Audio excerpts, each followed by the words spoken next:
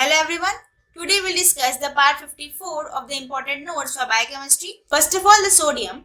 The major functions over here includes it acts as a sodium potassium ATPase pump. It also acts as a major extracellular cation. It causes the acid-base balance. It also causes the electrolyte and the water balance. It helps in the nerve transmission, helps in the maintenance of the blood viscosity, and also helps in the regulation of the osmotic pressure. Deficiency of the sodium is known as the hyponatremia, and this hyponatremia includes the excess sodium loss and excessive water retention. Now next is the potassium. The major functions over here includes it also acts as a sodium potassium ATPase pump. It acts as a major intracellular cation. If you remember, the sodium was the major extracellular cation, okay, and this potassium is the major intracellular cation. Now it also helps in the regulation of the pH of the body fluids. It causes the electrolyte and the water balance. It also acts as a cofactor for the enzyme, for example pyruvate kinase, and also helps in the maintenance of the neuromuscular excitability. Deficiency of the potassium is known as hypokalemia, and it actually causes tachycardia, muscular weakness, irregular heartbeat, and also altered ECG patterns. Now next is the chloride. The main functions of the chlorides includes it causes the formation of the hydrochloric acid in the stomach, and also it causes the regulation of the osmotic pressure of the extracellular fluids. Deficiency of the chloride is known as hypochloremia, and it includes Addison's disease, severe vomiting, respiratory acidosis, and metabolic alkalosis. Now next is the calcium. The major functions over here includes it causes the calcification of the bones and the teeth. It helps in the blood clotting. Also decreases the membrane fluidity. It maintains the capillary permeability and also causes the nerve excitability. The deficiency of the calcium causes the rickets in the children, osteomalacia in the adults, and also osteoporosis in the elderly. Phosphorus. The major functions over here includes it causes the mineralization of the bones and teeth. Also, it is the main constituent of the high energy phosphates like the ATP. Also, it is the constituent of nucleic acid.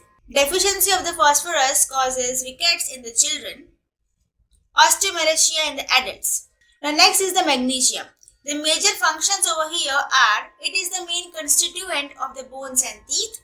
Also, it acts as a cofactor for the kinases, phosphorylases, and the carboxylases. Also, it improves the glucose tolerance.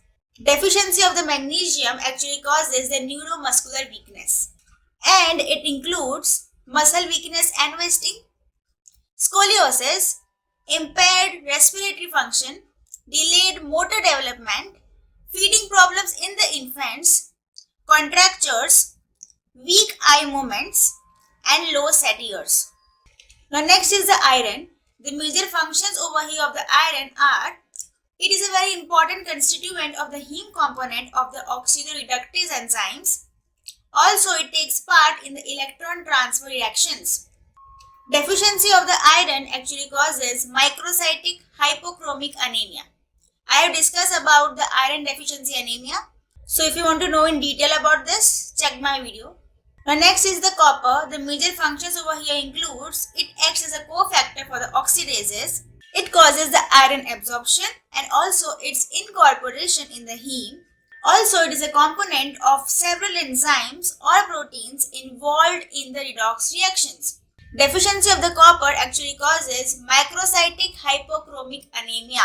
Now, if you remember, this particular anemia is caused due to deficiency of the iron. But what happens over here? Because of the deficiency of the copper in the body, there is no absorption of the iron occurring, and also there is no incorporation of the iron in the heme, leading to decrement in the iron absorption and also decrement in the iron incorporation in the heme, leading to microcytic hypochromic anemia. So just link two things, okay? Also, Menkes disease occurs due to deficiency of the copper. Now next is the selenium. The major functions of selenium are it acts as an antioxidant. Also, its action is complementary to vitamin E. Vitamin E is also an antioxidant. It acts as a cofactor for the deiodinase. It plays an important role in the spermatogenesis. Deficiency of the selenium actually causes the Keshan's disease, which is actually an endemic cardiomyopathy. Now next is zinc. The major function of zinc includes the zinc fingers are important constituent of the regulatory proteins that control the transcription. Also, it acts as a cofactor for the carbonic anhydrase enzyme, alcohol dehydrogenase, lactate dehydrogenase, carboxypeptidase, and the alkaline phosphatase.